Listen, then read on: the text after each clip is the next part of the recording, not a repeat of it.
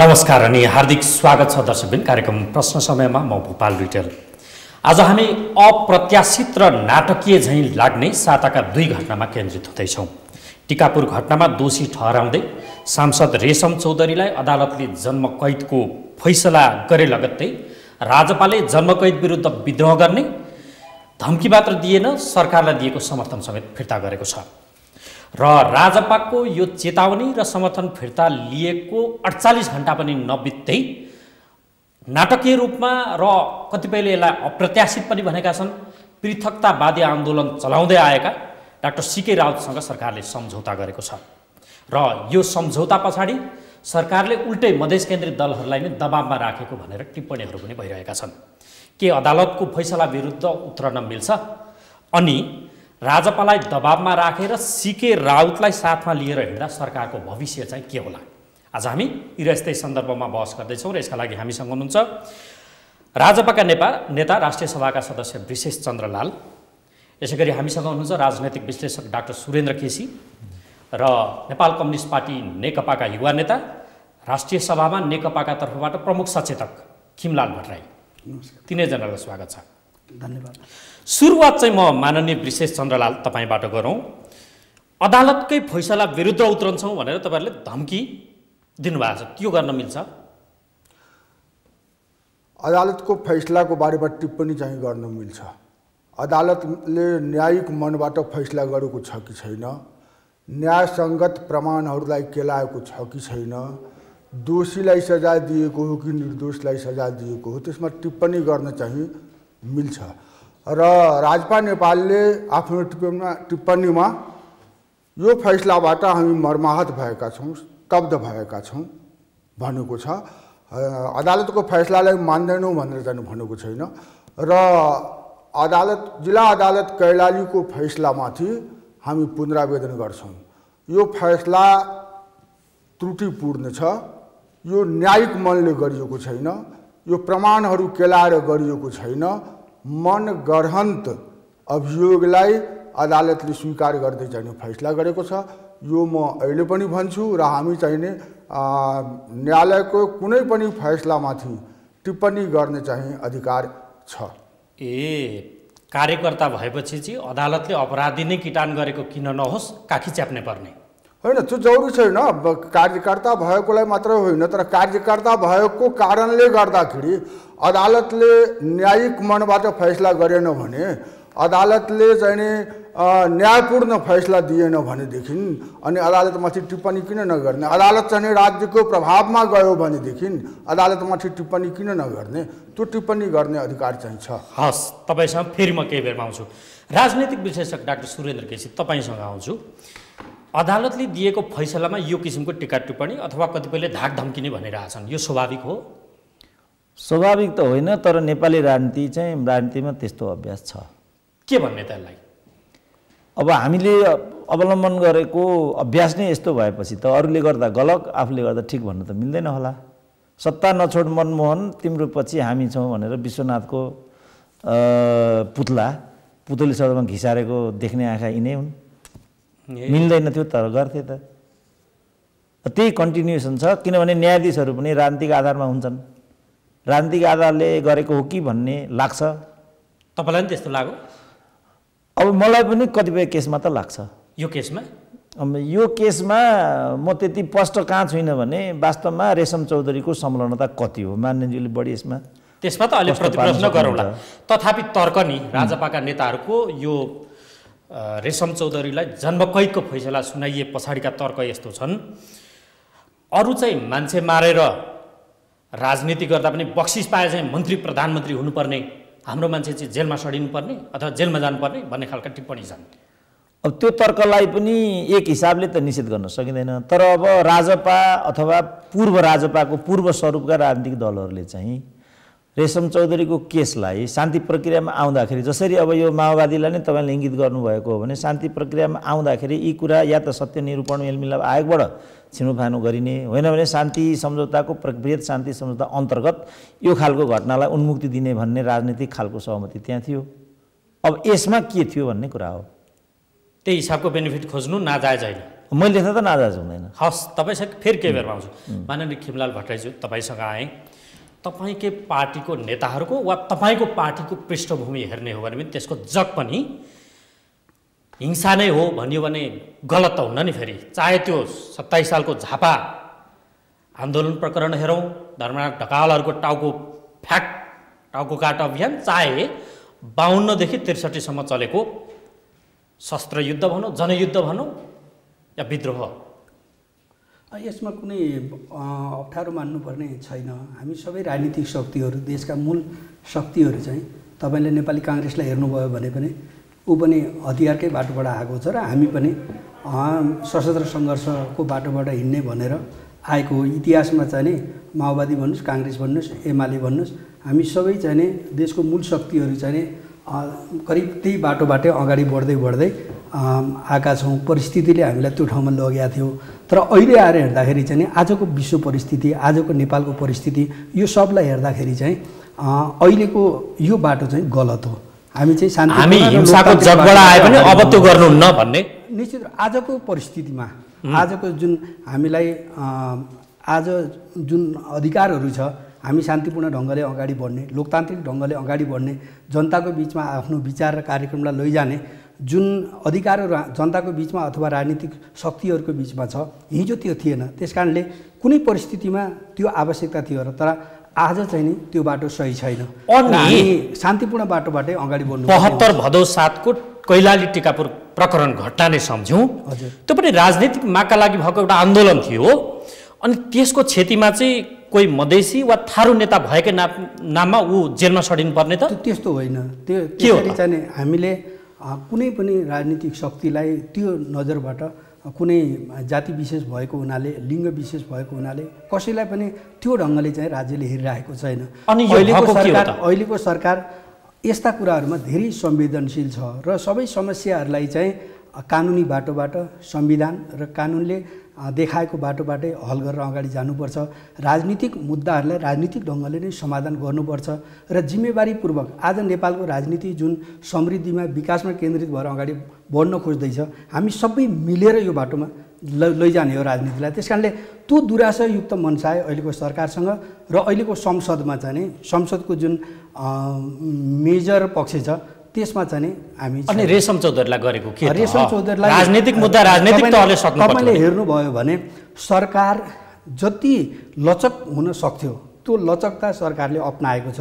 संसद, संविधान र कानुन बमोजिम जति लचक हुन सक्थ्यो त्यो लचकता चाहिँ संसदले पनि अपनाएको छ। तर न्यायालयहरू भनेको अथवा चाहिँ अदालतहरू भनेको सरकारको अङ्ग त होइन नि, राज्यको अङ्ग, सरकारको अङ्ग त होइन जसलाई सरकारले निर्देशन गर्न सकोस्। न्यायालय त स्वतन्त्र छ नि। त्यस कारणले यो न्यायालयको निर्णय हो, यसलाई हामी सबैले मान्छौँ भनेर त्यो प्रतिबद्धता सबै राजनीतिक दलको छ नि। हामी सबैले जो आज संसदमा छौँ, जो सरकारमा छौँ अथवा संसदमा छौँ, हामी सबैले त्यो प्रतिबद्धता व्यक्त गरेका छौँ नि। त्यस कारणले सरकारको कुनै दुराशायुक्त मनसाय छैन। कति चलाखाइ खै ठिक छ। म तपाईँसँग के बेरमा आउँछु। माननीय विशेष चन्द्र लालज्यू, तपाईँसँग आउँछु। फैसला गर्छ अदालतले, समर्थन फिर्ता लिनुहुन्छ सरकारको, रिस चाहिँ फेरि सरकारतिर पोखियो, के गरे आयो? होइन, अब मलाई लाग्छ के भनेदेखि यसलाई गलत किसिमबाट अर्थाइएको छ। सरकारसँग एक त मेरो बुझाइमा हाम्रो समर्थन नै वास्तवमा कहिले पनि थिएन। हामी त विपक्षीको बेन्चमा बस्यौँ सुरुदेखि नै र हाम्रो कुनै न्यूनतम कार्यक्रम छैन र सरकारसँग यस्तो समर्थन गर्ने सरकारको भनेर हाम्रोसँग पार्टीले कुनै निर्णय पनि गरेन। तर एउटा बहसमा आयो के भने हामीले प्रधानमन्त्रीको उम्मेदवार हुँदा केपी ओलीलाई मत दियौँ र त्यसमा हाम्रो सोचाइ चाहिँ के थियो भनेदेखि कि केपी ओली संविधानमा संशोधन गरेर सबैको समस्याको सम्बोधन गर्छौँ भनेर भनिराख्नु भएको छ भने लौ त 2/3 बहुमत हामी छौँ तपाईँसँग यदि संविधानमा संशोधन गर्नु हो भने। त्यस कारणले समर्थनमा हामी थियौँ भन्ने कुरा म चाहिँ मान्दिनँ। तर पार्टीले अहिले समर्थनको भ्रम चाहिँ नै हटाउन खोजेको छ कि हामी यो सरकारलाई समर्थन गर्दैनौँ।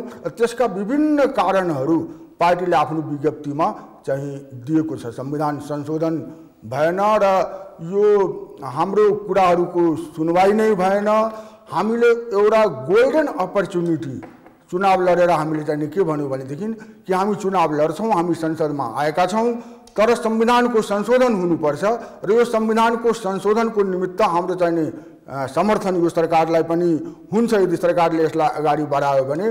तर सरकार यो सम्बोधन गर्ने पक्षमा देखिएन र अहिले खास गरेर तपाईहरू या भनौँ मिडियाका अन्य साथीहरूले रेशम चौधरीको बारेमा कुरा गर्नुहुन्छ।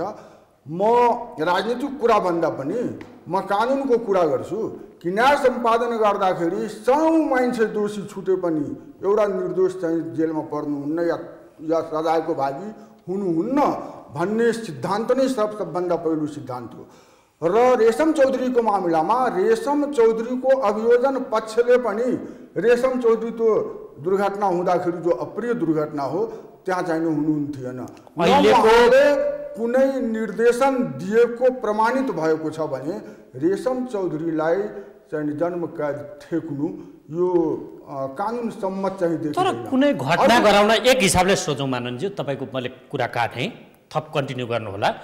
कुनै घटना यदि गराउनु पर्यो भने त भौतिक शरीर नै उपस्थित नहुँदा पनि होला नि त, अहिले त समय त त्यो पनि होला।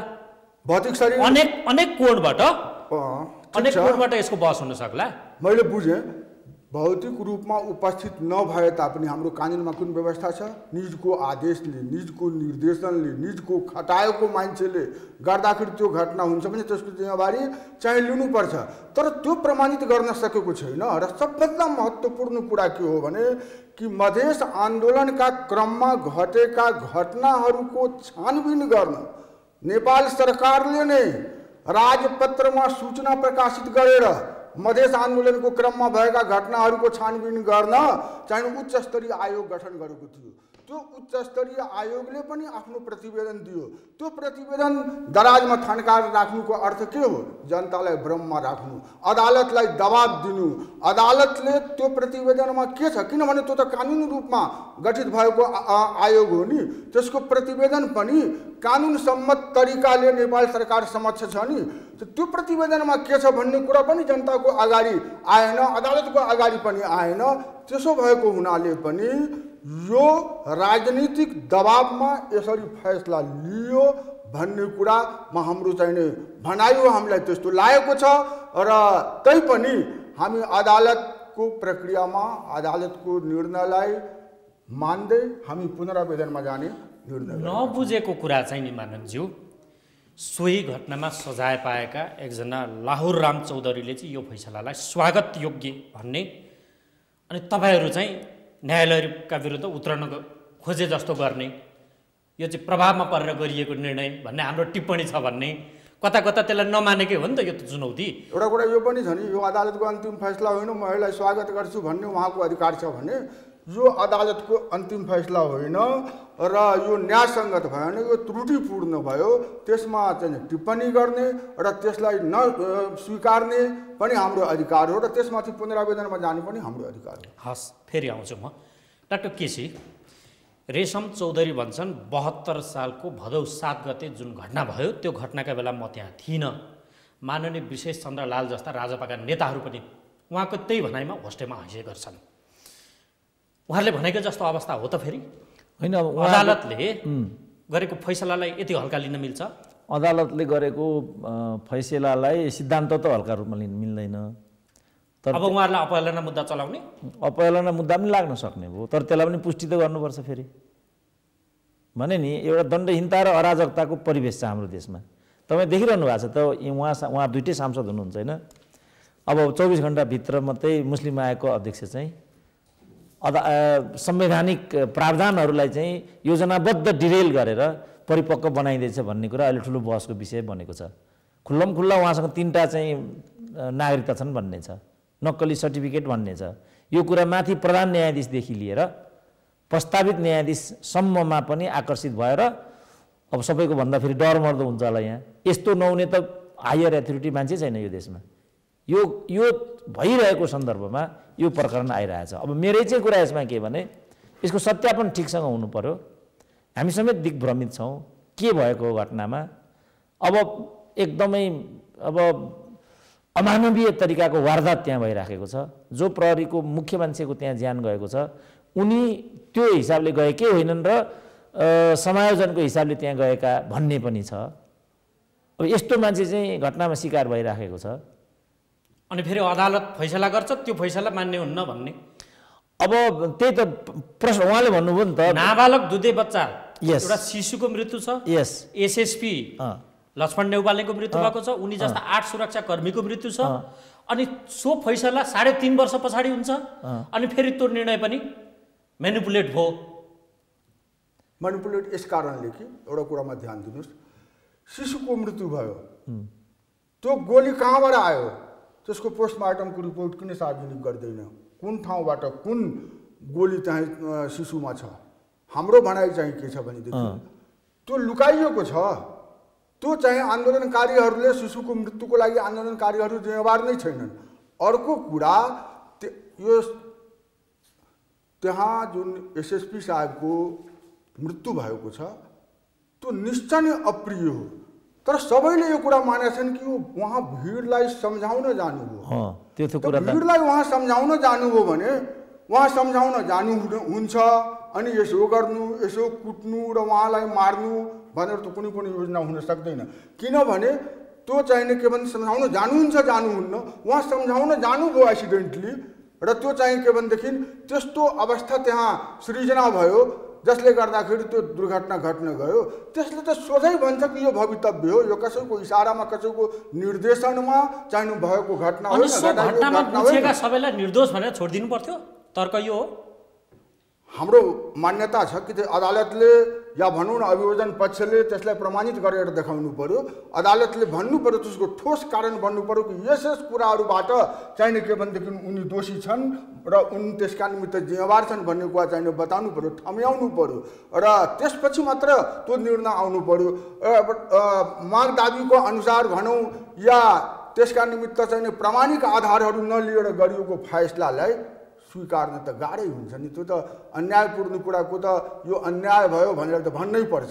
त्यो त उहाँले भनेको अराजकता हावी छ देशमा, त्यो तपाईँहरूमा नि हुनु स्वाभाविक रहेछ। त्यसो अराजकता भन्नाले अब उहाँको आफ्नै सेन्स हो भन्न चाहिने, किनभनेदेखि उहाँले के कुरामा सङ्केत गरेर राख्नु भएको छ भने प्रवृत्तिलाई, जुन संस्कार हुनुपर्ने हो, राजनीतिक संस्कार, न्यायिक मनको संस्कार, त्यो चाहिँ नेपालमा देखिएन। म एउटा अर्को उदाहरण पनि दिन्छु। सशस्त्र प्रहरीको आइजिपीलाई गोली हानी उहाँ दम्पतिलाई नै हत्या गरिएको होइन, बागडोलमा उहाँको स्ट्याचु पनि त्यहाँ खडा गरिएको हो, त्यसको जिम्मेवारी पनि लिएको हो होइन। के भयो त्यसमा, त्यो कता हरायो त्यो भन्दाखेरि उहाँको सङ्केत मैले चाहिँ बुझेअनुसार, अब उहाँले आफै व्याख्या गर्नुहुन्छ, तर उहाँको सङ्केत अनुसार नेपालको रीतिथिति राजनीतिक रूपमा पनि प्रशासनिक रूपमा पनि न्यायिक संस्कार पनि जुन हुनुपर्ने हो त्यस हिसाबले छैन, अराजक छ। उहाँले त्यो सङ्केत गर्नुभएको जस्तो मलाई लाग्छ, र त्यो भन्नुभएको हो भने एकदम सही भन्नुभयो। डाक्टर केसी के भन्न खोजे तपाईँले? अराजकता, राजपाले जुन अलिक बार्गेनिङ भनौँ न, यो फेरि अलिक निर्दय शब्द होला, यो किसिमको व्यवहार अदालतको फैसलामाथि टिप्पणी गरिरहेछ नि? होइन, मैले त यही केसमा पनि यो रिपोर्टिङ पेपरको मैले एउटा हेरेको थिएँ। यो घटनामा संलग्न भनिएको एउटा 10 वर्षको बच्चा,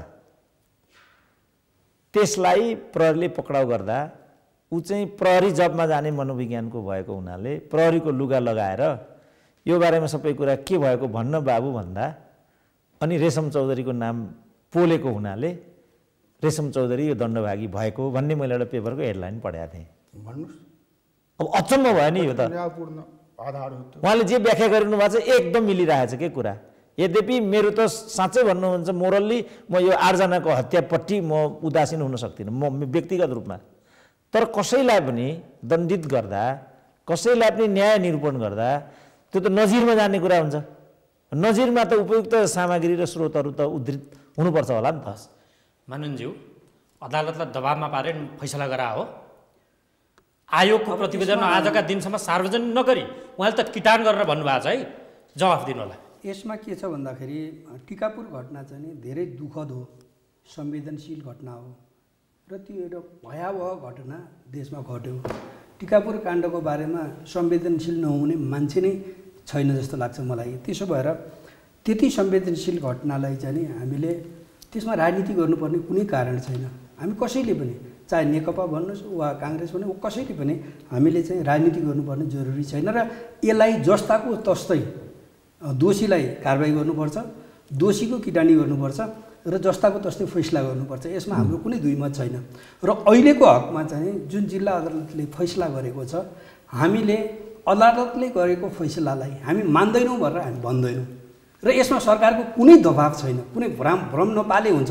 एउटा तथ्य उहाँले दिनुभयो, सुन्नुहोस्, अहिले यसमा चाहिँ हैन उहाँले एउटा तथ्य दिनुभयो, प्रतिवेदन आजको दिनसम्म किन सार्वजनिक गरिएन? प्रतिवेदनको बारेमा मलाई लाग्छ उहाँहरूले पनि आज यहाँ बोल्दै हुनुहुन्छ, मलाई यस्तो लाग्छ उहाँले पनि आज मात्रै बोल्दै हुनुहुन्छ यो कुरा।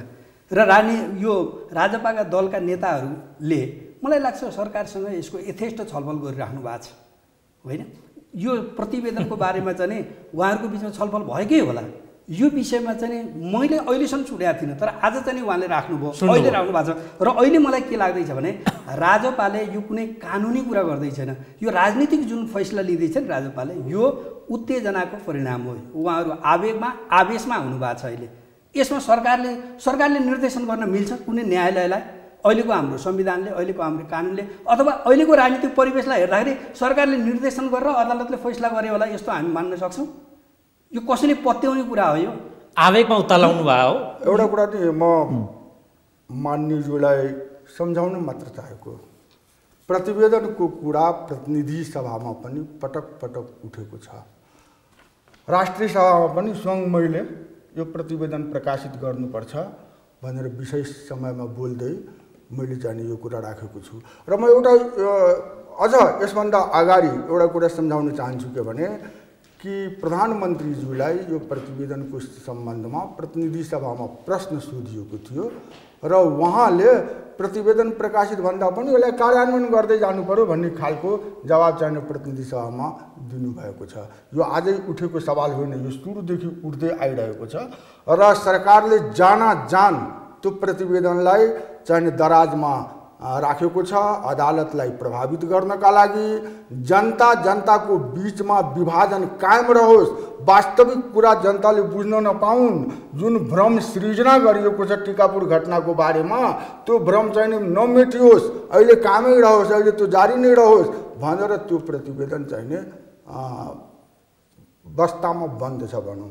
त्यो किन गर्यो त सरकारले? नियत के त सरकारको त्यसो भए? गर्नुपर्ने बाध्यता के आयो? भनिहालेँ नि, सरकारले आफैले गठन गरेको आयोग, उसलाई बाध्यता के त सरकारलाई त्यो भनिदिनुहोस् त, यदि त्यो गरे भने? सरकारको बाध्यता के छ भनेदेखि थारू, मधेसी, आदिवासी जनजातिलाई अरू नेपालीहरूसँग विभाजित गरेर राख्ने, उग्र राष्ट्रवादलाई चर्काउँदै जाने, त्यसको नाउँमा समर्थन प्राप्त गरिरहने, यो देशमा द्वन्द्वलाई कामै राखेर चाहिने के भनेदेखि त्यसबाट राजनीतिक फाइदा उठाउने सरकारको नियत छ भन्ने कुरा चाहिँ म भन्न सक्छु। यस्तो नियतले चलाएको छ यो सरकार? यसमा के छ भने उहाँले जुन गम्भीर आरोप लगाउनु भएको छ, यो त कसैले दुनियाँमा कसैले पनि अहिलेको सरकारले यसरी कुनै जाति विशेषलाई, कुनै धर्म विशेषलाई, कुनै लैङ्गिक अथवा भूगोल, यो कसैलाई पनि पक्षपात गरेर अथवा कसैलाई उचालेर आफू अगाडि बढ्ने, आफू टिक्ने यो खालको काम गर्छ भनेर कसैले पनि बताउँदैन। बताउनु भयो उहाँले। अहिलेको सुन्नुहोस्, प्रतिवेदनकै बारेमा भन्ने हो भने अदालतमा मुद्दा चलिरहेको कुनै विषयमा सरकारले कुनै प्रतिवेदनलाई आधार मानेर निर्णय गर्न सक्छ? कसैलाई अपराधी हो वा होइन भनेर चाहिँ त्यसलाई अदालतमा जब केस चलिरहेछ भनेदेखि त्यो गर्न सक्छ? हाम्रो संविधानले, हाम्रो कानुनले दिन्छ कुनै सरकारलाई? त्यो त अदालतको एजेन्डा बनिसक्यो नि। अदालतको एजेन्डा जुन बनेको हुन्छ त्यसलाई सरकारले कुनै फैसला दिन मिल्छ? सरकारले कुनै निर्णय गर्न मिल्छ? त्यो गर्न सक्दैन। र सरकारले फेरि अदालतलाई तपाईँले भ्रम सर्नुभयो कि उहाँले भन्ने भइसक्यो के? भ्रम यो त जनताले बुझिहाल्छ नि। जनता त्यति असचेत छैन नि। अहिलेको जनता यो 21औं शताब्दीको जनता हो होइन। विश्लेषण गरौँ न। कसैले डाक्टर केसी कसलाई पत्याउने? उहाँलाई पत्याउने कि उहाँलाई?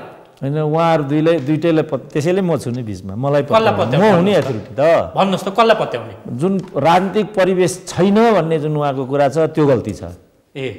त्यो राजनीतिक परिवेश दुराशयपूर्ण राजनीतिक परिवेश नै छ नेपालमा हो। त्यसमा उहाँको गल्ती छ। अब उहाँको गल्ती के छ? यो चाहिँ यसलाई यसरी राखी छोडेर फाइदा लिने दुराशयबाट मात्रै यो दराजमा थन्क्याइएको छ भन्ने त्यो पनि गल्ती छ फेरि। किनभने यो गर्न त अर्को पक्ष पनि उत्तिकै माहिर छ। सबैले त्यो विषयलाई त आफ्नो एजेन्डाको रूपमा राखि नै छोडेका छन्। मुख्य कुरा चाहिँ के हो भनेदेखि डेमोक्रेसी भनेको चाहिँ मूलत 3टा कुरामा हुन्छ भन्ने छ। एउटा मेरिटोक्रेसी, अर्को एकाउन्टेबिलिटी, तेस्रो चाहिँ ट्रान्सपरेन्सी। यो 3टै कुरा हाम्रो देशमा एप्लाईमा छैन। यो 3टै कुरा एप्लाई नभएपछि सहभागिता, पारदर्शिता, जवाफदेही यो 3टै कुरा छैन। जस्तो हाउसमा यो कुरा गरेको उहाँले भन्नुभयो, उहाँले यो कुरा आएकै छैन भन्नुभयो। त्यही त 2टै हाउसका मान्छे हुन्। राज्यसभामै यो कुरा मैले गरेको छु भन्नुहुन्छ। अझ राज्यसभाको प्रमुख सचेतकले हो। त्यही त भने हो। यो जुन पद्धति हामीले अवलम्बन गरेका छौँ, दशी प्रमाण चाहिँ हामीले प्रश्न गर्नेले कसले के रहेछ भनेर ल्याइदिनु पर्ने अवस्था। अब यो दराजमा राख्ने प्रचलन त यो 2007 सालदेखि नै जारी छ। होइन, त्यतिखेर मान्यज्यू राष्ट्रिय सभामा नभएको हुनसक्छ र उहाँले रेकर्ड राम्रोसँग नपढ्नु भएको पनि हुनसक्छ, किनभने रेकर्डेड छ यो लिखित रूपमा पनि। ठिक छ, त्यो खोजौँला। मैले यसलाई त्यति ठुलो विषयको रूपमा नि उहाँले राख्नु, तर एउटा गम्भीर कुरा नि, अदालतले गर्ने निर्णय सरकारले प्रतिवेदन सार्वजनिक नगरेका कारण प्रभावित भयो भन्नु चाहिँ आश्चर्यजनक र सरकारप्रतिको पूर्वाग्रह। यो त एकदमै, यो सरकारले कुनै पनि अदालतमा जब कुनै केस चल्दैछ भने गभर्मेन्टले त्यस विषयमा निर्णय दिएर पूर्वाग्रह गर्न मिल्छ। पूर्वाग्रह भने अपहेलना मुद्दा हाल्दा भयो नि, सक्नुहुन्छ होइन? पूर्वाग्रह भने अपहेलना मुद्दा हाल्दिन भयो, सक्नुहुन्छ? अवहेलना मुद्दा अहिले किन चाहिँ यो निर्णय गर्नु? अवहेलना मुद्दातिर त त्यो कानुनी बाटोबाट चाहिँ कसरी जाने उहाँहरू स्वयंले चाहिँ सोच्दै हुनुहोला। उहाँहरू जानुहुन्छ जानुहुन्न, उहाँहरूले फैसला त गर्दै हुन्छ। ठिक छ, मानुन्छु। आवेगमा आवेशमा यो कहिलेसम्म रहनु होला त? आवेश र आवेग त कसले के देखायो भन्ने कुराको एउटा तथ्य प्रश्न म तपाईँलाई गर्छु। राजपाले सरकारलाई दिएको समर्थन फिर्ता गरेको 48 घण्टा बित्दा नबित्दै सीके राउत, जसलाई राष्ट्र विखण्डनको नायिके सम्झिन्थ्यो यही सरकार, उनीसँग सहमति गर्यो। यो संयोग मात्रै हो? संयोग यो त एकदमै संयोग नै। यसमा यो कुनै आज गरिएको कुरा हो र? यसको पृष्ठभूमिमा गएर हेर्नुभयो भनेदेखि 2075 साल भदौ 8 गते यही सरकारले एउटा वार्ता टोली बनाएको छ सबै विद्रोहीहरूसँग वार्ता गर्नको लागि। 2075 साल भदौ 25 गते वार्तामा आउनको लागि त्यो टोलीले चाहिँ आह्वान गरेका छ र त्यस पछाडि चाहिँ क्रमशः सबै देशका चाहिँ सबै राजनीतिक शक्तिहरू जो विद्रोह गर्ने भनेर लागिरहेका चाहिँ त्यस्ता विद्रोही शक्तिहरू छन्, उनीहरूसँग चाहिँ वार्ताको प्रक्रिया अगाडि बढिरहेछ। तपाईँले यो त धेरै लामो प्रक्रिया छ नि त यसमा। है, प्रधानमन्त्री चाहिँ मधेस केन्द्रित दलहरूको, त्यसमा नि राजपाको चाहिँ सेखिनी झारे जस्तो गरी अभिव्यक्ति दिँदै हिँड्नु भएको छ। सीके राउतलाई सहमति गरेकै दिनको कार्यक्रममा प्रधानमन्त्रीले के भन्नुभयो? सीके राउत देखाएर मधेसमा स्वार्थका रोटी सेक्ने धेरै थिए, अब तिनका रोटी सेलाउँछन्, यो के भने? एउटा अर्को रौतहटको कार्यक्रममा ठ्याक्कै त्यही भन्नुभएको छ। मैले कोड गरेर ल्याएको छु है, तपाईँले भेरिफाई गर्नुहोला। अर्को आज यो 25 फागुनको रौतहटमै भएको कार्यक्रमको अभिव्यक्ति प्रधानमन्त्रीको, झुक्याएर एउटा प्रदेशमा केही मत ल्याउँदैमा घमण्ड नगर्नु र फुर्तीफार्ती नगर्न मेरो सुझाव छ भनेको यो के भने त प्रधानमन्त्रीले? उहाँले चाहिँ राजनीतिक अभिव्यक्ति आवेगमा को आयो? अब चाहिँ हामी यस ढङ्गले जाउँ, अब पोजिटिभ भएर जाउँ भन्ने सन्दर्भमा उहाँले भन्नुभयो होला। मैले आजको उहाँको भाषण मैले सुनेको छैन, शब्द छ, तर मैले चाहिँ राष्ट्रिय सभागृहमा जुन दिन सीके राउत चाहिँ सहमतिमा आउँदै हुनुहुन्थ्यो त्यो दिनको मैले भाषण सुनेको छु। उहाँले त्यस्तो भन्नुभएको छैन। उहाँले चाहिँ अब हामी सबै विकासमा केन्द्रित भएर त्यति मात्रै कहाँ बोलेर छोड्नुभयो त प्रधानमन्त्रीले? सबै सुन्नु पर्यो नि। उहाँले मूलतः चाहिँ मूल स्पिरिट त्यही हो। अब हामी चाहिँ देशको स्पिरिट त जता लाँदा पनि भयो, भन्ने बेलामा गाली गर्ने अनि स्पिरिटतिर लगेर मात्रै त भयो। गाली गर्नु भएको छैन, आवेश उत्तेजनामा कोही पनि नआउँ भनेर भन्नुभएको छ। यो त उत्तेजनै हो नि उहाँहरूको। सरकारसँग साइनो सम्बन्धै नभएको चाहिँ न्यायालयको फैसलालाई आधार मानेर सरकारलाई गरेको सहमति फिर्ता गर्ने, सरकारलाई दिएको समर्थन फिर्ता गर्ने कुरा यो कोही साइनो छ यसको? सरकारले निर्देशन उत्तेजना भावनाको राजनीति कहिलेसम्म गर्ने?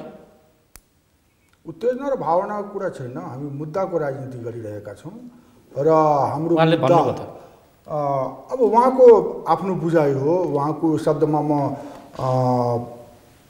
आफ्नो असहमति मात्र क्लियरिफाई त तपाईँले गरिदिनु पर्यो नि। भ्रम त यहीँको यी जनतासम्म पुग्न दिनु भएन। ती मधेसका जनताहरू पुगिरहेको छ यो अभिव्यक्ति, त्यसकारण तपाईँलाई सोध्या हो। ठिक छ, प्रधानमन्त्रीज्यू अहिले जुन अभिव्यक्तिहरू दिइराख्नु भएको छ, उहाँलाई सुझाव दिने अधिकारै छैन भन्ने कुरा नै होइन र उहाँले हाम्रा केही गल्तीहरू यदि औँल्याउँदै हुनुहुन्छ भने त्यसबाट हामीले आत्तिने कुरा पनि छैन, हामी आत्तिएका पनि छैनौँ। तर राज्यपालले आफ्नो समर्थन फिर्ता लिने बित्तिकै अब हाम्रा मुद्दाहरूको सम्बोधन भएन, यो संविधानको संशोधन भएन र हामी जनताको बिचमा फेरि पनि जान्छौँ र हामीलाई सङ्घर्षको अलावा अरू कुनै चारा रहेन भन्ने अभिप्रायको अभिव्यक्ति दिने बित्तिकै प्रधानमन्त्रीजीको अलिकति चाहिने के भने अब कुन शब्द भन्नुभयो त उहाँले नै भन्नुभएछ हामीलाई कि खिसियानी बिल्ली खम्बा नोचे भनेर भन्नुभएको छ हैन। तर अब कतिपय चाहिने ठाउँमा चाहिँ के हुन्छ भने रिसाएपछि कराउने मात्रै पनि गर्छन्। त्यसो भएको हुनाले अब यसमा मैले कुनै टिप्पणी गर्दा त्यति राम्रो हुँदैन कि जस्तो मलाई लाग्छ।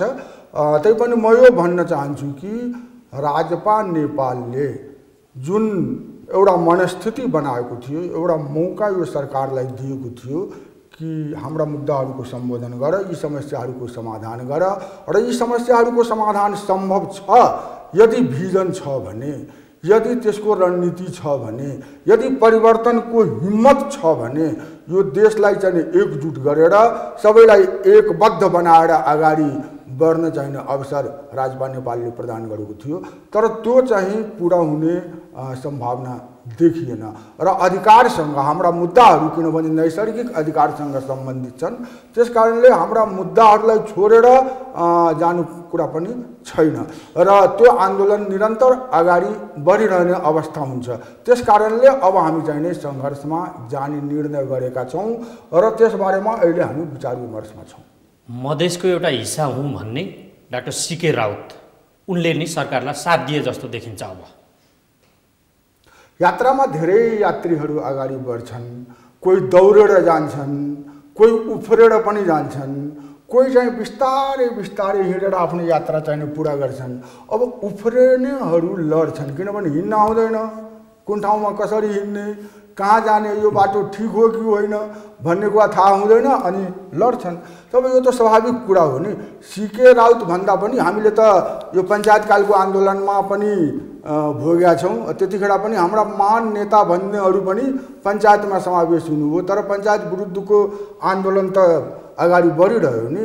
गणतन्त्रको कुरा गर्दाखेरि कतिपयले गणतन्त्रको सपनालाई दिवा सपना जस्तै उखान टुक्कामा पनि व्यक्त गर्नुभयो, तर गणतन्त्र त स्थापित भइहाल्यो नि, आइ नै हाल्यो नि। त्यस कारणले सीके राउतले सरकारलाई साथ दिनुभयो या दिनु भएन भन्ने कुरा भन्दा पनि यी मुद्दाहरू चाहिँ नैसर्गिक अधिकारसँग सम्बन्धित छन् र जायज मुद्दाहरू छन्। त्यसकारण यो आन्दोलन चाहिँ बढ्छ र होइन। मेरो प्रश्न, उनी पनि मधेसकै हुन्, उनका पनि मुद्दै होलान्। मधेसको एउटा मूल प्रवाहको नेतृत्व म पनि गर्छु भन्ने उनको तर्क, उनले सरकारलाई साथ दिनु भनेको त अब मधेसको मुद्दा त सरकारले समेटिदिसक्यो होइन र भने के? एउटा कुरा के छ भने जहिले पनि भ्रम हुन्छ। डाक्टर साहब इतिहासको विशेषज्ञ यहाँ हुनुहुन्छ। इतिहासमा चाहिँ के हुन्छ भनेदेखि एकपटक भारतका पूर्व प्रधानमन्त्री स्वर्गीय चन्द्रशेखरजीले भन्नुभएको थियो, म त्यतिखेर बीएचयूको विद्यार्थी थिएँ, उहाँले भाषण गर्दै के भन्नुभयो भने कि इतिहास में एक गलती होती है, हर एक समझते हैं कि इस मसाल को हम ही आगे तक ले जा सकते हैं, इसके बाद कोई नहीं ले जा सकता, और वो मसाल को पकड़े रहता है अपने अंतिम दौर तक। तर हुन्छ के भनेदेखि तुम मसाल लिएर अगाडि बढ्ने अरू पनि आइ नै हाल्छ, कुनै पनि व्यक्ति इतिहासमा अन्तिम हुँदैन। त्यस कारणले यो कसैले म मधेसको मुद्दा बोकेको थिएँ र अब म सरकारमा मिलेँ वा मैले यो निर्णय गरेँ भन्ने बित्तिकै उनकै बाटोमा, उनले नै रोजेको बाटोमा चाहिँ हिँड्छ भन्ने कुरा चाहिँ छैन। उनले सबै मधेसको मुद्दा बोकेका थिएनन्, यो हो तर्क होइन। मलाई चाहिँ के लाग्छ भने म मधेसको दृष्टिकोणबाट कुरा गर्दाखेरि हामीले त पहिचान मागेका थियौँ, हामी समावेशिता मागेका थियौँ, हामी स्वशासनको अधिकार मागेका थियौँ, हामी आफ्नो भाषा र संस्कृतिको मान्यता मागेका थियौँ, हामी जनसङ्ख्याको आधारमा समानुपातिक प्रतिनिधित्व हुनुपर्छ भनेर मागेका थियौँ र माग्दैछौँ। त्यति बेला उहाँले, किनभने मधेसमा सबै कम्पोनेन्ट छ, डाक्टर साहबले अस्ति हिजो हिजो त्यसमा भन्नु पनि हो मधेस एउटा नेसनको रूपमा मधेससँग सबै थोक छ, उसँग क्षेत्र छ, उसँग भाषा छ, उसको आफ्नो संस्कृति छ, आफ्नो अर्थव्यवस्था छ, आफ्नो इतिहास छ। सारा कुरा हुँदाहुँदै पनि मधेसका जनताहरू नेपालभित्र नै एकजुट भएर अगाडि बढ्न, हामीलाई बराबरीको हैसियत देऊ भनेर चाहिँ माग लिएर अगाडि बढ्दाखेरि उहाँले त्यसलाई प्रयोग गर्नुभयो स्वतन्त्र मधेसको मागसँग। हिजोको सहमतिले अरू कुरा जेसुकै हुन्, अब राजनीतिक रूपमा यसको विश्लेषण गर्नुपर्ने अवस्था चाहिँ छ, तर मलाई के लाग्छ भने उहाँले आफैले त्यही सहमतिमा हस्ताक्षर गरेर उहाँका विचारहरूलाई इतिहासको विषय बनाउनु हो कि योभन्दा पहिले निस्केका दस्तावेजहरू, पर्चाहरू, किताबहरू माथि सरकारलाई अब चाहिँ ध्यान दिनुपर्ने आवश्यकता छैन, इग्नोर गर्ने र अब आगामी दिनहरूमा चाहिँ के भने यस्ता विचारहरू, यस्ता दस्तावेजहरू आउँदैन। यसो गर्नु संक्षिप्तमा जवाब दिनुहोस् त। मधेसको प्रतिनिधित्व उहाँ एक्लैले गरेको थिएन, मूल प्रभावको मुद्दा उहाँले समेट्नु भएन, यो हो? मधेस आन्दोलनलाई कमजोर गर्नका निमित्त उहाँका समर्थकहरूले जहिले पनि मधेस आन्दोलन प्रति अलिकति नराम्ररी नै आलोचनात्मक टिप्पणीहरू गर्नुहुन्थ्यो।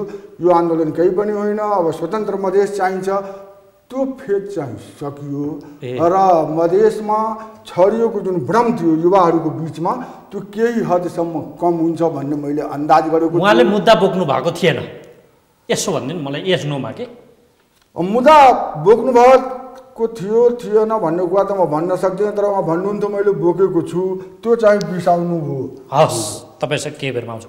डाक्टर केसी उहाँले धेरै कुरा भन्नुभयो। यो 24 फागुनमा डाक्टर राउतसँगै, सिके राउतसँगै सरकारले गरेको सम्झौतालाई लिएर शङ्का मात्र होइन अपव्याख्या पनि सुरु भइसकेको छ कि त्यसमा पनि कुनै नियत लुकेको होला र छ? त्यस्तो त होला, किनभने जे शब्दावलीहरू त्यहाँ परेका छन् ती चाहिँ धेरै हदसम्म आपत्तिजनक पनि छन्। के जस्तो त्यसमा एउटा शब्द के परेको छ भने मधेस लगायतका समस्याहरू चाहिँ जनअभिमतबाट हो निर्कुल गर्न दुई पार्टी सहमत छन् भने जस्तो कुरा आएको छ। पढेरै सुनाइदिन्छु। असन्तुष्टिलाई जनअभिमतमा आधारित लोकतान्त्रिक विधिबाट समाधान गर्न सहमत भएका छौँ भनेर 2 नम्बर बुदामा त्यो छ अन्तिम। अब त्यो जनअभिमत भनेको के हो मैले लेख्दा त्यो चाहिँ दुराशयपूर्ण नै छ। डाक्टर राउतले भनिसक्नुभयो, सिके राउतले, यो त जनमत सङ्ग्रह मधेसमा गर्ने हो भनेर व्याख्या गरिदिइसक्नुभयो। त्यो हो भने हाम्रो त्यसमा सहमति छैन। यो के गरे त? अब यसमा चाहिँ नि यो विखण्डनका लागि वैधानिक बाटो हो। जनअभिमतमा आधारित लोकतान्त्रिक विधिबाट चाहिँ मधेस मात्रै होइन, मधेस लगायत विभिन्न देशको विभिन्न भूभागमा चाहिँ भएका असन्तुष्टिहरूलाई समाधान गर्ने भनेर भनेको छ। सरकारले त्यो जन्म सङ्ग्रह भन्ने नजानेर, थाहा नपाएर त्यो जन्म सङ्ग्रह भन्ने शब्दावली प्रयोग नगरेको होइन होला नि।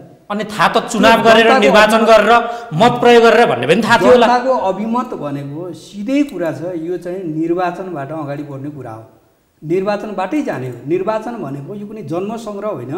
जन्म सङ्ग्रह भनेको त मुद्दा केन्द्रित हुन्छ, त्यो विशेष हुन्छ, त्यो विशेष बाटोबाट हिँड्नुपर्छ भन्ने सरकारलाई लागेको हुन्थ्यो भने उसले जन्म सङ्ग्रह नै लेख्थ्यो नि। जन्म सङ्ग्रह भन्ने थाहा नपाएर हो र त्यो शब्द नजाने। चुनाव र निर्वाचन भन्ने शब्द पनि थाहा थियो त। जनअभिमतबाट अगाडि, सबै जनअभिमतबाट अगाडि बढ्ने हो नि। केही चिज चाहिँ नि डाक्टर सिके रावतले जुन चिज चाहिँ उहाँहरू जे चिज भन्दै आइरहनु भएको थियो, जनताको अभिमत मान्ने भनेर भन्नुपर्छ भनेर उहाँले भन्दाखेरि त्यो चिज राख्न अप्ठ्यारो मान्नु परेन नि। जनताको अभिमतबाट हामी हाम्रा माग पुरा भएछन्, सरकार चाहिँ जनमत सङ्ग्रह जनमत सङ्ग्रह गर्न तयार भएपछि हामी यो गर्यौँ भनेर मैले एउटा मात्रै उहाँको भाषण, हिजोको भाषणलाई तपाईँले आधार मान्नुभयो भने उहाँले जनअभिमतै भन्नुभएको छ। सिके राउतकै भाषणलाई आधार मान्ने हो भने पनि जनअभिमतबाट अगाडि बढ्ने सहमति भएको छ, लोकतान्त्रिक बाटोबाट, लोकतान्त्रिक विधिबाट अगाडि बढ्ने, शान्तिपूर्ण ढङ्गले अगाडि बढ्ने, अखण्ड नेपाल मान्ने। हामीले हिजोसम्म जे भन्दै आइरहेको थियौँ त्यो मान्यता गलत रहेछ। उहाँले गलत रहेछ भन्नु भएन, प्रकारान्तरले के भयो भन्दाखेरि 1 नम्बर बुँदामा जुन अखण्ड नेपाललाई, अविभाज्य नेपाललाई उहाँले स्वीकार गर्नुभएको छ, त्यो चिजले के देखाउँछ भन्दा हिजो हिँडेको हाम्रो बाटो गलत थियो, यो नेपाल अविभाज्य हो, अखण्ड हो। यसमा चाहिँ जन्म सङ्ग्रह यो व्याख्या डाक्टर केसी, यो व्याख्या तपाईँले एउटा त आपत्तिजनक भन्नुभयो, यसको आफ्नो सरकारले जन्म सङ्ग्रहको प्रयोग त्यसपछि त्यो बुँदा 4 त्यसपछि चाहिँ त्यो बुँदा 4 मा चाहिँ स्वशासन र स्वायत्तताको कुरा परेको छ बुँदा 4 मा। अघि उहाँले जो व्याख्या गरिरहनु भएको छ नि त्यो व्याख्या पनि एकदमै त्यो मिल्दैन के, किनभने प्रजातान्त्रिक विधि यो प्रणालीमा आउने बित्तिकै, लोकतान्त्रिक प्रणालीमा आउने बित्तिकै यसका चाहिँ सर्वव्यापक चाहिँ सिद्धान्तहरू छन्। आवधिक निर्वाचन, प्रेसको स्वतन्त्रता, न्यायको सर्वोच्चता, विधिको शासन, यी मात्रै प्रजातान्त्रिक मान्यता हुन् यो प्रणालीभित्र। त्योभन्दा परतिर भनेको सबै कुरा कुटिल हुन्छ र त्यो नै यो सम्झौताको अन्तर्य हो। यो कहाँसम्म पुग्छ त? यो डराउनु पर्ने, आपत्ति मान्नु पर्ने? अब यो स्वशासन र स्वायत्तता भन्ने बित्तिकै हामी सङ्घीयता प्रणालीमा छौँ। सङ्घीय प्रणालीले हाम्रो 3टा कुरा त्यहाँ व्यवस्थित गरिरहेछ। स्थानीय सरकार छ, प्रादेशिक सरकार छ, केन्द्रीय सरकार छ हाम्रो। त्यसको जे अहिलेको हैसियत र अवस्था हो त्यसको पर जानको लागि त अनि संविधान संशोधन लगायतको प्रक्रिया बिना त यो गर्ने हैसियतै यो सरकारलाई हुँदैन। यसमा अलिकति मैले स्पष्ट पारौँ, यसमा उहाँले भनेको त्यहाँ शब्दावली त प्रयोग भएको छ स्वशासन स्वायत्त भन्ने, तर त्योभन्दा अगाडि तपाईँले हेर्नुभयो भन्दाखेरि संविधान प्रदत्त अधिकार अनुसार, संविधान प्रदत्त नेपाली जनताको सार्वभौम अधिकार, स्वायत्तता र स्वशासनको अधिकारलाई आत्मसात गर्न संविधान र तराई मधेस लगायत समग्र देशमा सुशासन कायम गर्दै समानता र समाजवादतर्फ अग्रसर हुन प्रतिबद्ध छौँ। यतिन्जेल चाहिँ यो गरेर संविधान अनुसार भनेपछि संविधान अनुसार जे चिज भइरहेछ त्यो चिजलाई नै त उल्लेख गरे। यो दस्तावेजले त यतिन्जेलसम्म विभेदै थियो भन्ने स्वीकार गरेन भने माननज्यू। विभेद भन्ने कुरालाई हामीले समाधान गर्नुपर्ने चिज त छ नि त। हाम्रो गरिबी छ, मधेसको पहिचानको कुरा आयो नि, मधेसको पहिचान भनेको गरिबी हो, अभाव हो, विभेद हो, छ नि त। त्यो कुरा त आएन त फेरि यहाँ, त त्यो कुरा यहाँ आएन फेरि। त्यो छ, त्यसको त समाधानमा जानु पर्यो नि। हामी असन्तुष्टि छैन त, हामी आफै असन्तुष्ट छौँ नि। प्रधानमन्त्री के सन्तुष्ट हुनुहुन्छ? ल प्रधानमन्त्री के लाई हेरौँ न, हामी प्रधानमन्त्री सन्तुष्ट हुनुहुन्छ त? त्यो प्रश्न तपाईँलाई गर्न बोलाइरहेको छु नि, जनता तपाईँलाई गरिरहेछन्। कोही पनि हामी कोही सन्तुष्ट छैनौँ, किनभने हाम्रो देशमा गरिबी छ, अभाव छ र चाहिँ विभेदहरू छन् नि त, कुप्रथा कुसंस्कारहरू छन्। त्यसलाई हटाउने हो नि त हामीले। हो, तपाईँलाई म भन्छु मधेसमा यो सरकारले चमत्कार गर्दैछ। चमत्कार यो 5 वर्षभित्र यो देशमा चमत्कार हुन्छ, मधेसमा झनै ठुलो चमत्कार हुनेवाला छ। हुलाकी सडक हामी पूर्वाधारको हिसाबले भन्नुहुन्छ भने यति धेरै काम हुँदैछ, कृषिमा यति धेरै काम हुँदैछ, पर्यटनमा यति धेरै काम हुँदैछ। विषय भर्क्यो क्या, यही केन्द्रित हुनु पर्यो। यो त तपाईँको बजेट, यो त बजेट भाषणमा तपाईँहरू हाउसमा भन्नुहोस् न यस्तो कुरा। यहाँ त कङ्क्रिट यही सम्झौतामा बोल्नु पर्यो हामीले, किनभने त्यो त तपाईँ हाउसमा भन्नुहोस् न त्यो कुरा। हजुर, तपाईँ यो कुटिल चालो भन्दै हुनुहुन्छ, यदि यो एउटा टर्निङ पोइन्ट हो भने यसको पुग्ने गन्तव्य कहाँ हुन्छ त? यो त्यसो भए होइन, यो त तपाईँको भन्नुहोस् न स्वशासन र स्वायत्तता भन्ने बित्तिकै यो त आत्मनिर्णयमा जान्छ। त्यो भनेको सेपरेसन हो। के हो त्यो आत्मनिर्णय भने? छुटिने के हो त सेपरेसन भने? मुलुकै विखण्डन हुने? के हो त सेपरेसन भनेको के हो? वैधानिक बाटो आज सरकारले होइन, अब यो हुने बित्तिकै जस्तो संघीयता छ हाम्रो, फुल राइट हामीलाई छ। संघीयता प्रणाली अनुसार प्रदेशले जति अधिकार पाउने हो, जो निर्देशित सूचीहरू हुन्छन् ती सबै सूचीको सर्वोत्तम प्रयोग गर्ने अधिकार अहिले नै सरकारलाई छ, संविधान अनुसार अहिले नै छ। त्यहाँ उहाँहरूले सिके राउतले आफ्नो खालको प्रतिनिधित्व गराएर जे चाहनु भएको त्यसको सर्वोच्चताको लागि संवैधानिक जगबाट उहाँ गर्नको लागि अहिले नै स्वायत्त हुनुहुन्छ। यो चिज के आधारमा कसरी दिने त? यो चिज चाहिँ यो दिने अथोरिटी यो सरकारलाई छ? ल मलाई भन्नु त छ, गर्दिसको छ, संविधान अनुसार एकदमै छ। कसरी छ भनेको उसले त यो संविधान अनुसार तपाईँको चाहिँ हरेक आज चाहिँ संविधानले जुन अधिकार दिएको छ त्यो अधिकार अनुसार गाउँपालिकाहरू वा नगरपालिकाहरू वा चाहिँ तपाईँ प्रदेश भन्नुहोस्, केन्द्र भन्नुहोस्, सबै त्यो संविधान अनुसार स्वायत्त छन्। संविधान अनुसार यी किन चाहियो भनेको नि त? यो किन चाहियो? यो त व्यवस्थै छ त्यहाँ त। संविधान अनुसार भनिसकेपछि टाउको कहाँनिर दुख्यो त हाम्रो? त्यहाँ कहाँनिर सरकार फस्यो त? परे सुनाउनु फेरि, परे सुनाउनु त्यहाँ उहाँले भनिदिनु भयो विखण्डनको बाटो वैधानिक रूपमा तय गरिदियो भन्नुभयो त उहाँले। त्यसो भए संविधान अनुसार छ नि, संविधानले विखण्डनको बाटो तय गर्छ। संविधान अनुसार विखण्डनको बाटो तय गरेर होइन, यो चिज कहाँ पुग्छ भन्नुभयो नि त, प्रश्नको उत्तर दिने हामीले। यो चिज त्यहाँ पुग्छ क्या, पक्का हो त्यहाँ पुग्छ। यो नत्र भने त सिके राउतले यतिको यही मधेसवादी दल छँदै थिए नि त, किन सिके राउत चाहियो? सिके राउत मूल धारमा आएको हो राजनीतिको। हामी यसो भनौँ न, लोकतान्त्रिक विधिबाट प्रतिस्पर्धात्मक बाटोमा शान्तिपूर्ण बाटोमा सिके राउत आएको हो। त्यो हो भने त उहाँले पश्चाताप गर्नुपर्छ, नेपाली आमालाई गाली गर्नुपर्छ, रन्डी भन्नुभएको छ उहाँले। त्यो कुरा चाहिँ केही आएको छैन नि यहाँ। हिजोका कुराहरूका प्रति त्यसो भने आत्मालोचना गर्नु पर्यो उहाँले। ती सबै कुरालाई खण्डन गर्यो। 1 नम्बर बुदाले ती सबै कुरालाई खण्डन गर्यो र यो ऐतिहासिक सहमति हो नेपालको इतिहासमा, यो हिस्टोरिकल हो। खै तपाईँको पार्टीको एकजना नेता भीमरावल, तपाईँले सुन्नुभयो होला, मैले नामै लिएँ। यो सम्झौताको प्रति उहाँको आपत्ति छैन, सम्झौतामा प्रयोग गरिएको भाषाका प्रति उहाँको एउटा भाषा छ उहाँको। उहाँले अनि उहाँ किन खुलेर यसको चाहिँ तपाईँ स्वागत गर्न सकिराख्नु भएको छैन? स्वतन्त्र मधेस किन भनियो भनेर भन्नुभएको छ। स्वतन्त्र मधेस कहीँ भनिएको छ? स्वतन्त्र मधेस भनेको होइन, स्वतन्त्र मधेस गठबन्धन भनेको त्यसको नामलाई भनेको के। कसैले भने हामीले चाहिँ डाक्टर सुरेन्द्र केसी किन भन्नु, उहाँको नाम हो नि, त्यो नाम भनेको हो। स्वतन्त्र मधेस भनेर त मधेस देश छुट्टै हो, त्यसमा त आपत्ति छैन, त्यो कुरा हो। त्यो आपत्ति छैन। त्यो नाम नभनिकन कोही सहमतिमा आउँछ त?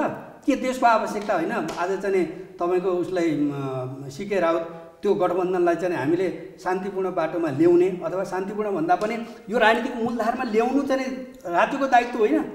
त्यही काम त सरकारले गर्दैछ। अनि त्यो आउँदाखेरि उसको नामै नभनिकन आउँछ त कोही। के भन्न खोज्दै? म एउटा कुरा भन्न चाहन्छु कि भन्नुहोस्। छोटो यति चाहिने हामीले बहस गर्नु अब किन, किनभने नेपालको चलन के छ भने सम्झौता सहमति गर्यो, छोडिदियो, व्याख्या गर्दा गर्दै त्यसलाई सिद्ध्याइदियो। अहिले जुन तपाईँले प्रश्न गर्नुभएको छ नि, त्यो अब त्यही फेजमा, त्यो सम्झौता गर्ने बित्तिकै त्यो फेजमा चाहिँ आएको छ। यो कुरा पनि सत्य हो कि जनमत सङ्ग्रह पनि त संवैधानिक अधिकार हो नि। जनमत सङ्ग्रह संविधानले रोक्छ भन्ने कुरा चाहिँ कहीँ पनि छैन, अझ उल्लेख होला भयो त्यहाँ। र जनमत सङ्ग्रह यो सहमतिमा राखिएन। जनताको जन अभिमत भन्ने शब्द चाहिँ नै राखियो। र मलाई के लाग्छ भने कि यो मसौदा गर्दाखेरि जनमत राख्ने कि के राख्ने भन्ने कुरामा छलफल भयो होला। अनि यसलाई एउटा चाहिँ रकमी हिसाब किताबले जन अभिमत भनेर चाहिँ नै राख्यो होला। र हामीले अब बुझ्दाखेरि यसलाई कार्यान्वयनमा कसरी लग्ने त? यो जनमतको हिसाबले कार्यान्वयनमा लग्ने हो कि जन अभिमत भन्नाले फेरि भेग कुरा हो। जन अभिमत धेरै कुराहरू हुन्छन्, निर्वाचन पनि हुन्छन्।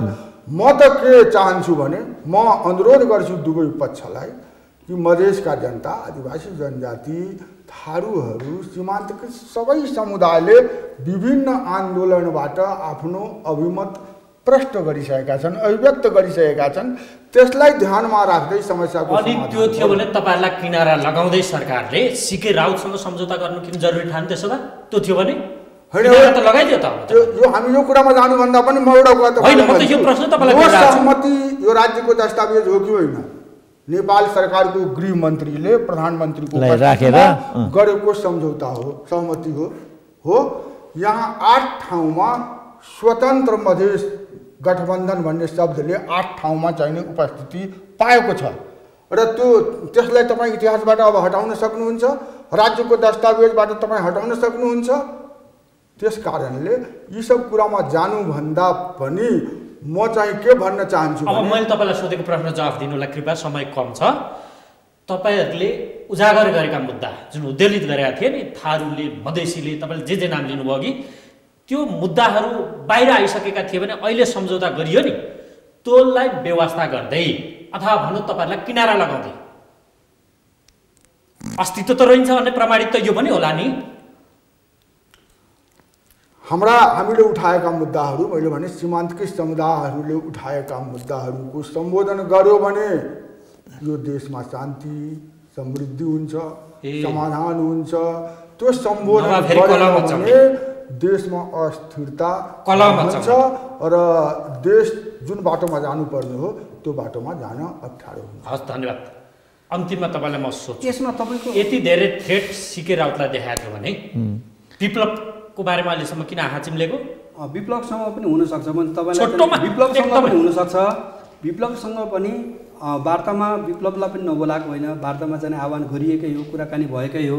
कुराकानी अहिले पनि पोलिटिकल लेभलमा नभएको राजनीतिक शक्ति देख्दैन, लुटेरासम्म राख्नुहोस् अब तपाईँको नाम भनेर प्रधानमन्त्री सार्वजनिक मञ्चबाट प्रधानमन्त्रीले त्यसो भन्दै गर्दाखेरि पनि त्यहाँनिर पनि त्यो कुनै न कुनै हिसाबले। तर मैले एउटा कुरा के भन्छु भने नि, यहाँ अघि तपाईँले प्रयोग गरेको एउटा राजपालाई किनारा लगाउँदै सीके रावतसँग चाहिँ सहमति गरियो भन्ने जुन एङ्गलबाट तपाईँले प्रस्तुत हुनुभयो त्यो गलत छ।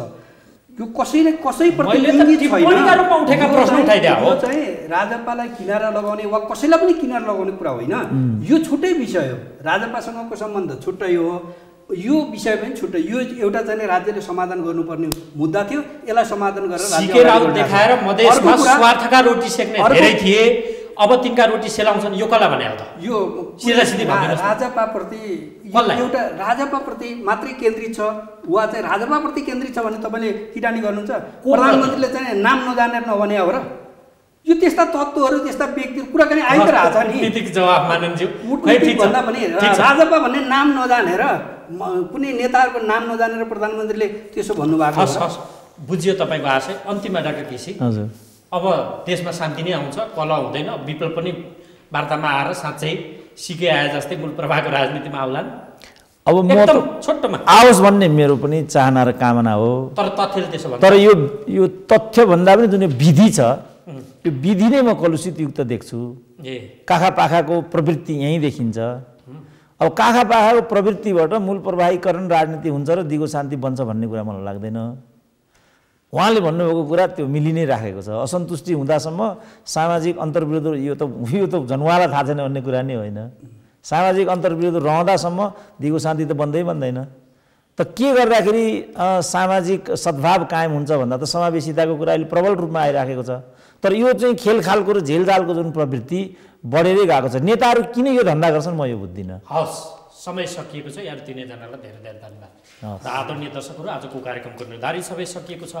यो साता सर्वाधिक चर्चामा रहेका टिकापुर प्रकरणमा सांसद रेशम चौधरीलाई भएको जन्मकैदको फैसला र लगत्तै पृथकतावादी आन्दोलन चलाउँदै आएका सीके रावतसँग भएका सहमतिका आयाम के होला भन्ने सन्दर्भको यो बहसमा सहभागी भइदिनु भएकोमा राजपा नेपालका नेता, राष्ट्रिय सभाका सदस्य विशेष चन्द्रलाल यहाँलाई पुनः एकपटक धन्यवाद। त्यसै गरी राजनैतिक विश्लेषक डाक्टर सुरेन्द्र केसी र नेकपाका नेता, राष्ट्रिय सभाका प्रमुख सचेतक खिमलाल भट्टराई यहाँलाई पनि तिनैजनालाई पुनः एकपटक धेरै धेरै धन्यवाद भन्दै अर्को अङ्कमा अर्को विषयवस्तुका साथ तपाईँ हाम्रो भेट हुने नै छ।